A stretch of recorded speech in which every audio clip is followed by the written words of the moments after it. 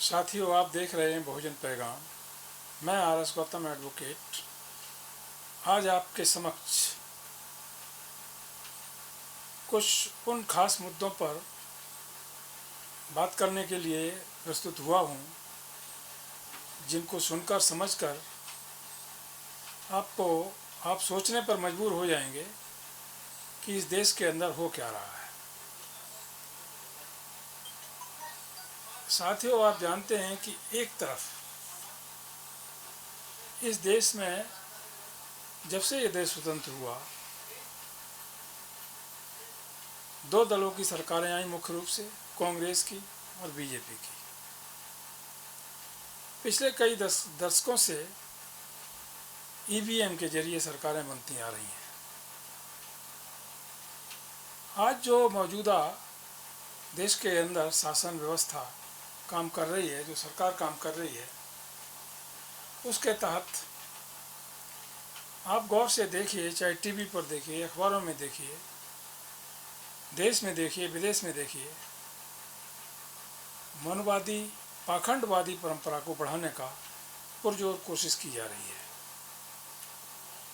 हैरत की बात है, अभी आपने देखा यूएसए के अंतर्गत न्यू जर्सी के इलाके में एक स्वामी नारायण नामक विशाल मंदिर की स्थापना होने जा रही है। काम चल रहा है। लगभग 100 एकड़ जमीन पर यह भव्य मंदिर बनके तैयार होगा। उसके लिए काम करने के लिए भारत से गरीब मजदूर,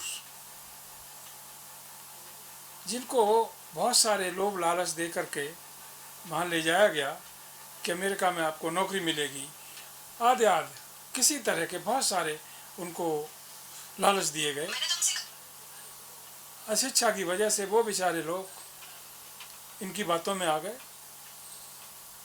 और स्वामी नारायण मंदिर नाम का एक संस्था है अथवा ट्रस्ट है जो गुजरात में काम कर रहा है। गुजरात से अथवा देश के विभिन्न भागों से करीब 250 गरीब मजदूरों को अमेरिका ले जाया गया, न्यू जर्सी में, और उनसे सवेरे 6 बजे से शाम को 7 बजे तक, यानी 13 घंटे काम कराया जाता है। खाने को कुछ भी नहीं, पतले से आलू की सब्जी दी जाती है, छोटा मोटा खाने का और दिया जाता है, और रहने के लिए जो ट्रक हैं उनमें त्रिपाल डालकर उनमें उनके घर बना दिए गए हैं, जो कि चारों तरफ कटीले तारों से घिरे हुए हैं कि कोई बाहर न निकल जाए, पहरा रहता है। कुछ समय बाद पता लगा, अमेरिका की सरकार को छापा डाला गया और करीब 200-250 मजदूर वहाँ से पकड़े गए। उनसे पूछताछ की गई तो उन्होंने कितनी दुखद स्टोरी बताई कि उनको ये कह करके लाया गया था कि तुम्हारी सरकारी नौकरी वहाँ अमेरिका में लग जाएगी, इतनी तनख्वाह मिलेगी, इतने डॉलर मिलेंगे, जिससे तुम्हारी गरीबी दूर हो जाएगी और तुम्हारी घर के अंदर खुशहाली आ जाएगी, तुम्हारे बच्चे पढ़ेंगे लिखेंगे। और 3 साल का कॉन्ट्रैक्ट पर यहाँ लाया गया था। लेकिन यहाँ जब उनकी वास्तविकता से अवगत हुआ, वहाँ का प्रशासन दंग रह गया कि उनको न खाने को दिया जा रहा, बंधुआ मजदूर की तरह 13 घंटे काम लिया जाता है। जबकि अमेरिका में ऐसा सिस्टम है कि 1 घंटे में करीब उसे $12 मजदूरी मिलती है। ऐसा वहाँ पर नहीं हुआ और वो लोग बंधुआ मजदूर की तरह उनसे काम कराया गया। एक तरफ तो ये मनवादी लोग जो मंदिर बनाते हैं, उसमें जो गरीब लोग हैं, जिन्हें पहले अछूत कहते थे, अब उनको SC ST OBC कहते हैं अथवा भिन्न भिन्न नामों से पुकारते हैं, दलित कहते हैं, उनको मंदिर में घुसने की इजाज़त नहीं होती और जो भी मंदिर बनता है उनके बगैर बन नहीं सकता। उनके खून पसीने की कमाई से, मेहनत से मंदिरों का निर्माण होता है। बाद में जब कमाने का वक्त आता है, वो गेट आउट हो जाते हैं और वहाँ दोबारा आ नहीं सकते। ऐसी स्थिति में घोर अन्याय हो रहा है और हम सब देख रहे हैं। ये तो न्यू जर्सी की बात रही। वहाँ के लोगों ने मोदी जी को आश्वासन दिया था कि लाखों डॉलर वो राम मंदिर अयोध्या के लिए कंट्रीब्यूशन कर रहे हैं, वो देंगे। इस तरह से पूरे संसार से किसी के नाम पर कहीं किसी के नाम पर चंदा उगाही हो रही है और उस पैसे से बीजेपी हर जिले में अपने कार्यालय बना रही है और मंदिरों का निर्माण करवा रही है। इससे देश का कोई भला होने वाला नहीं है। यदि ये पैसा अस्पतालों में लगता, यूनिवर्सिटीज़ में लगता, शिक्षण संस्थानों में लगता, तो देश का भला भी हो सकता था, देश का नौजवान आगे आता, उसे आगे बढ़ने का मौका मिलता। ऐसा कुछ नहीं हो रहा। ऐसी दिशा में देश के लोग शायद वही समझते हैं जो मोदी जी का खरीदा हुआ मीडिया उनको बताता है। आज देश के हर घर में 2 मनुवादी व्यक्ति बैठे हुए हैं जो 24 घंटे मनुवाद का पाठ पढ़ाते हैं, एक अखबार और टीवी। दुर्भाग्य की बात है, एक तरफ जहां हमारे राजनेता और देश के बहुजन समाज के लोग कहते हैं कि उनकी संख्या इस देश में 85% है, लेकिन कितनी हैरत अंगेज बात है कि उनका देश में एक मीडिया नहीं। ऐसी स्थिति में देश के लोगों को देश में घटित होने वाली घटनाओं से और वास्तविकता से गुमराह किया जा रहा है। आपने देखा खदानों में कितने लोग मजदूर होते हैं, कौन होते हैं? अपने लोग होते हैं, शोषित पीड़ित दबे पिछड़े समाज के लोग होते हैं। जो भी इंफ्रास्ट्रक्चर बनता है, चाहे वो ब्रिज बने, कोई बिल्डिंग बने, कोई कितना बड़ा प्रोजेक्ट बने, उसमें बहुजन समाज के ही मजदूरों की अहम भूमिका होती है। उनका खून चूसा जाता है, उसके आधार पर वो बन के तैयार होता है। लेकिन भागीदारी के नाम पर उनकी संख्या 0 है। इन सब के पीछे क्या है कि हमारे जो राजनेता हैं चाहे किसी दल के हों, जो बहुजन समाज की पार्टियां हैं, क्या उनकी ड्यूटी नहीं बनती कि इन विषयों पर सोचें, गंभीरता से उन पर काम करें, अमल करें? अथवा यही सोचते रहें कि हमारी सरकार बन जाए, उसकी सरकार बन जाए, उसकी सरकार बन जाए? क्या होगा? सरकारें बनती रहेंगी, चली गई, लेकिन जो लोग थे, जहाँ पर थे, जिस दिशा में थे, वो वहीं पर रुके हुए हैं। उनका शोषण हो रहा है। आपने भी देखा 1989 में SC/ST एट्रोसिटी प्रिवेंशन एक्ट बना था 1989 में। उसको बाद में यूपी में सबसे पहले उसको खंडित किया गया। उसके तहत कोई झूठा मुकदमा यदि पाया जाएगा तो उसके खिलाफ 182 कार्रवाई होगी और पुलिस को निर्देश दिए गए, प्रशासन को निर्देश दिए गए 2002 में कि किसी तरह जो मुकदमे SC/ST एक्ट के तहत होते हैं ना किए जाएं। पुलिस वालों को एक रास्ता मिल गया, लोगों पर अत्याचार हुए और थोड़े बहुत नहीं, 2002 से लेकर के अभी तक लेटेस्ट तक अत्याचार हुए। बाकी किसी स्टेट में इस एक्ट पर कोई उसके विरुद्ध काम नहीं किया गया, किसी सरकार ने नहीं किया। अभी थोड़े समय पहले माननीय सुप्रीम कोर्ट ने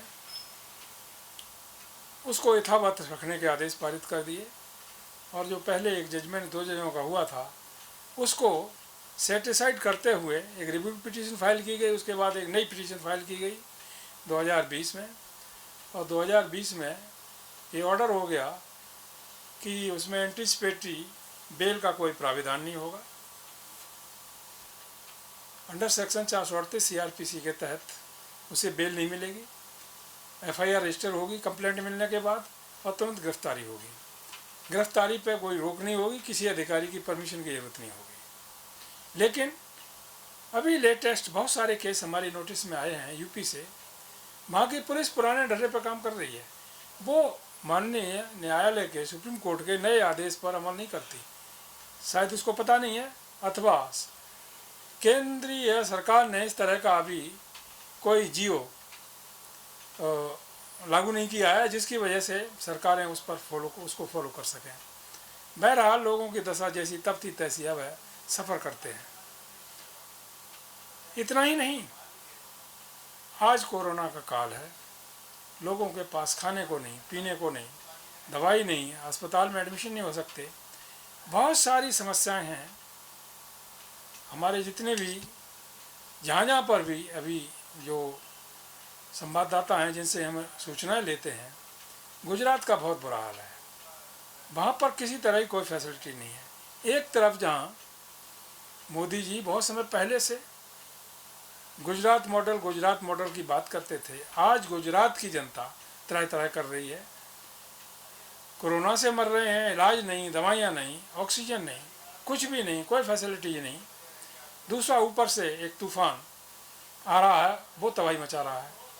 गुजरात पूरी तरह बर्बाद होने के कगार पर आ गया है। किस तरह का गुजरात मॉडल आप पूरे देश में लाना चाहते थे? आज जितना पैसा बाहर से आता है उसका किसी को पता नहीं होता। पीएम फंड में कितना पैसा है, देश का कोई नागरिक उसको पूछने का और हिसाब किताब मांगने का हकदार नहीं है। ऐसा कभी नहीं हुआ था। ये क्या कहेंगे? इसको तानाशाही कहा जाएगा। लेकिन दुर्भाग्य की बात यह है कि हमारा जो विपक्ष है वो पता नहीं डरा हुआ है, डर डर के काम कर रहा है। देश हित में, राष्ट्र हित में और लोगों के हित में कोई भी आवाज़ उठाने को तैयार नहीं है। किसी की आवाज़ नहीं। अपनी अपनी बात तो करते हैं, अपनी पार्टी की बात करते हैं। यानी राजनीतिक पार्टियां न हो करके एक प्राइवेट लिमिटेड कंपनी बना ली हैं, जिसकी वजह से अपनी अपनी कंपनी का प्रचार कर रहे हैं। देश हित में, समाज हित में, अरे तुम्हारा क्या एजेंडा है देश के लिए, स्टेट के लिए, लोगों के लिए, युवाओं के लिए, लेडीज़ के लिए, बच्चों के लिए? What is your agenda? You should explain that, you should forward that before the people of the country. हमारा एजेंडा ये, मेरी सरकार बनी तो हम ये काम करेंगे, ये काम करेंगे, ये काम करेंगे, लोगों के हित में। कुछ नहीं।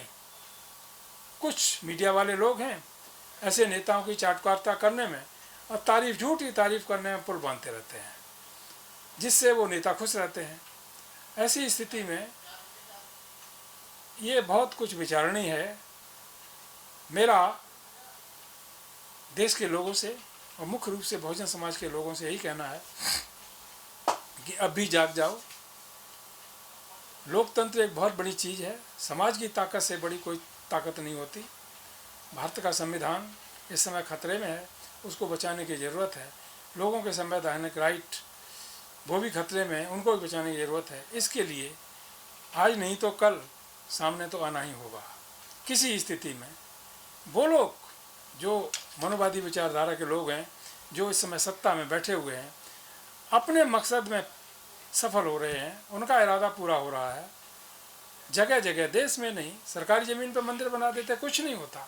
आपने कहीं झुग्गी डाल ली तो पुलिस मार मार के भूत बना देगी, आपके खिलाफ मुकदमा रजिस्टर कर देगी और आपको अंदर भेज देगी। यदि आपने एक चारपाई की ज़मीन कहीं घेर ली और वो 1000 गज का मंदिर बना दें सरकारी ज़मीन पर, कोई फ़र्क नहीं पड़ता किस तरह का। तो मंदिर न होकर एक इस तरह का एक व्यापार हो गया है जिसका लाभ केवल एक वर्ग विशेष को मिलता है, वर्ग को नहीं, एक जाति विशेष को मिलता है और उस जाति के लोग उसका नाजायज लाभ उठाते हैं। वहाँ पर क्या क्या काम होते हैं मुझे कहने में भी शर्म आती है। इसलिए जो विपक्ष है, मेरी नज़र में सबसे गुनाहगार वो है, क्योंकि वो देश हित में, समाज हित में, लोगों के हित में कोई भी आवाज़ उठाने को तैयार नहीं है। वो अपने पार्टी की बात करता है। लोगों ने वोट दिया है, लोग क्या कर सकते हैं बेचारे? वोट देते हैं। वोट मांगने कौन आता है? राजनीतिक दलों के लोग आते हैं, कोई न कोई आता है, उसको वोट देते हैं। जब तक कोई स्पष्ट पॉलिसी, स्पष्ट एजेंडा समाज के सामने नहीं आता, तब तक लोग भी गुमराह होकर के इधर उधर वोट दे देते हैं। ऐसी स्थिति में हम चाहते हैं जो सत्तारूढ़ दल है उसकी नीति क्या है सारा देश समझ गया है, लेकिन विपक्ष के लोग क्या हैं उनकी पार्टियों के एजेंडे क्या हैं, उनकी नीति क्या है, उनको क्लियर कर समाज के सामने रखना चाहिए कि यदि हम सत्ता में आते हैं तो हम ऐसा करेंगे, वैसा करेंगे, ये करेंगे, वो करेंगे। लोग समझेंगे तो मैं समझता हूँ कि शायद ये हेमनवादी व्यवस्था से छुटकारा मिलेगा। और जो इस समय भ्रांतियाँ छाई हुई हैं, जो मीडिया है आज का, जो गुमराह कर रहा है पूरे देश को और तरह तरह से डराने की कोशिश की जा रही है। अभी आपने देखा लेटेस्ट उदाहरण है। हालांकि कोरोना पर हम कोई बात नहीं करना चाहते क्योंकि बीमारी है और सावधान रहने की विशेष ज़रूरत है, लेकिन पिछली वर्ष भी ऐसा ही हुआ था। 14 अप्रैल का दिन आया, लॉकडाउन कर दिया गया था। अब की बार भी कर दिया गया। 14 मई को ईद थी, उसके बाद से कोरोना घटना शुरू हो गया। दिल्ली में करीब 4000 नए पेशेंट आए, जबकि 30,000 पहले आते थे। इसी तरीके से हर जगह, यूपी में एकदम घटना शुरू हो गया। यूपी में सबसे ज़्यादा वो वैक्सीन भी लगाई गई, डोज भी लगाए गए। उधर देखिए नदियों में जो डेड बॉडीज हैं, लैस हैं, वो तैर रही हैं। तो क्या चीज़ सही मानी जाए, क्या चीज़ गलत मानी जाए, आज देश का हर नागरिक इस असमंजस में पड़ा हुआ है। कोई भी व्यक्ति उभर करके ऐसा सामने नहीं आ रहा है जो देश की वास्तविकता से अवगत करा सके और लोगों को सही दिशा में ले जाने की कोशिश करता हुआ नजर आए। ऐसा नहीं है। ऐसी स्थिति में शायद एजुकेशन का अस्तित्व समाप्त होने जा रहा है। जो एजुकेटेड लोग हैं, कितने डॉक्टर जिन्होंने कुर्बानियाँ दी अस्पताल में, कितने कर्मचारी, सफाई कर्मचारी, उन पर कोई चर्चा नहीं होती। कितने मर गए, कितने जिंदा है।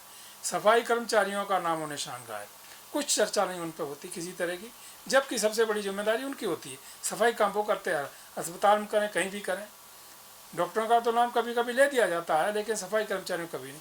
पुलिस वाले बेचारे, उनकी मौतें हो रही हैं। तो इस तरह से बड़ी दर्दनाक तस्वीर पूरे देश उभर के आ रही है।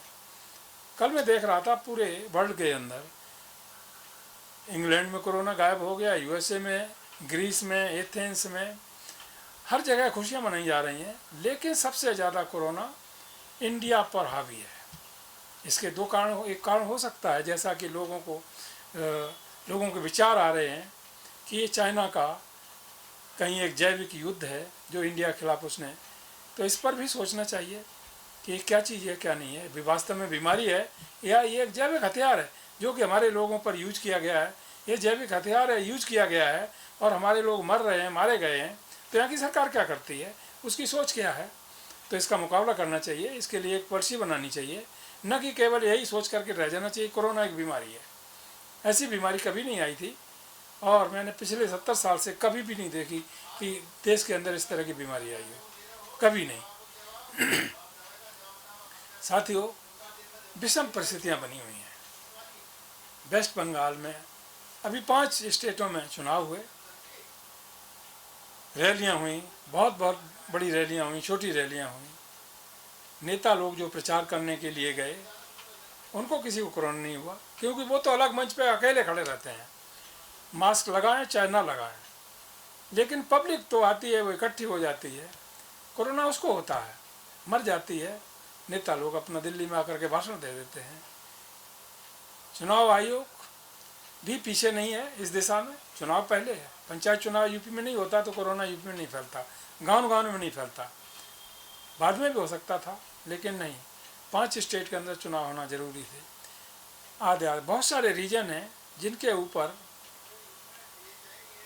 बहुत सारे हाई कोर्ट्स और माननीय सुप्रीम कोर्ट को भी कुछ टिप्पणी करनी पड़ी, जिससे भी मैं कल सुन रहा था, कुछ बीजेपी के लोगों को बुरा लग रहा था कि सुप्रीम कोर्ट और ये इस तरह की टिप्पणियां क्यों कर रहा है। आपने कोरोना काल में सुप्रीम कोर्ट के माध्यम से SC ST OBC के रिजर्वेशन ख़त्म कराने की पूरी कोशिश की, करवा भी दिया। काफ़ी सीमा तक ऐसे ऑर्डर पास हो गए जो कि नहीं होने चाहिए थे। लेकिन अफसोस की बात है, जो SC ST OBC के लोग हैं वो ही सामने नहीं आते। उनको बाहर आना चाहिए। उनके संवैधानिक अधिकार खत्म हो रहे हैं तो उनको सामने आना चाहिए। उनका काम कोई दूसरा नहीं कर देगा, आज नहीं तो कल उनको आना ही पड़ेगा। अब बाबा साहब डॉक्टर अम्बेडकर दोबारा वापस इस काम को करने के लिए नहीं आए, वो एक व्यवस्था दे गए हैं। एक संविधान दे के गए हैं। कम से कम उसी का सहारा लेकर के लोगों को एक साथ जुट होकर आगे बढ़ना चाहिए। लेकिन साथियों, अफसोस की बात है, ऐसा होता हुआ नजर नहीं आ रहा है। आप देख रहे हैं पिछले 7 साल से पूरे देश के अंदर पाखंडवाद फैलाया जा रहा है, मनुवाद फैलाया जा रहा है। पूजा करो, घंटा हिलाओ, देवी हरिद्वार जाओ, मंदिर में जाओ, आज फलाने देवता के कपाट खुल गए, आज फलाना कपाट खुल गया, आज ये हो गया, वो हो गया। वहाँ कोरोना नहीं है। पिछली वर्ष आपने देखा, तबलीगी जमात के लोग थे, उन पर आरोप लगा दिया गया, उन्होंने कोरोना फैला दिया। लेकिन अभी देखा आपने हरिद्वार में लाखों आदमियों की भीड़, उसके बारे में कोई चर्चा नहीं। तो यहाँ का मीडिया इतना चाटुकार मीडिया बन गया है कि उसको क्या कहें। बढ़िया सी टाई बांधेंगे, बढ़िया सा कोट पैंट पहन करके, अरबों लाखों रुपए उनकी जेब में हैं और 80-80 लाख की गाड़ियाँ में घूमते हैं। क्या फ़र्क पड़ता है, जैसा इशारा मिलता है वैसा प्रचार करते हैं।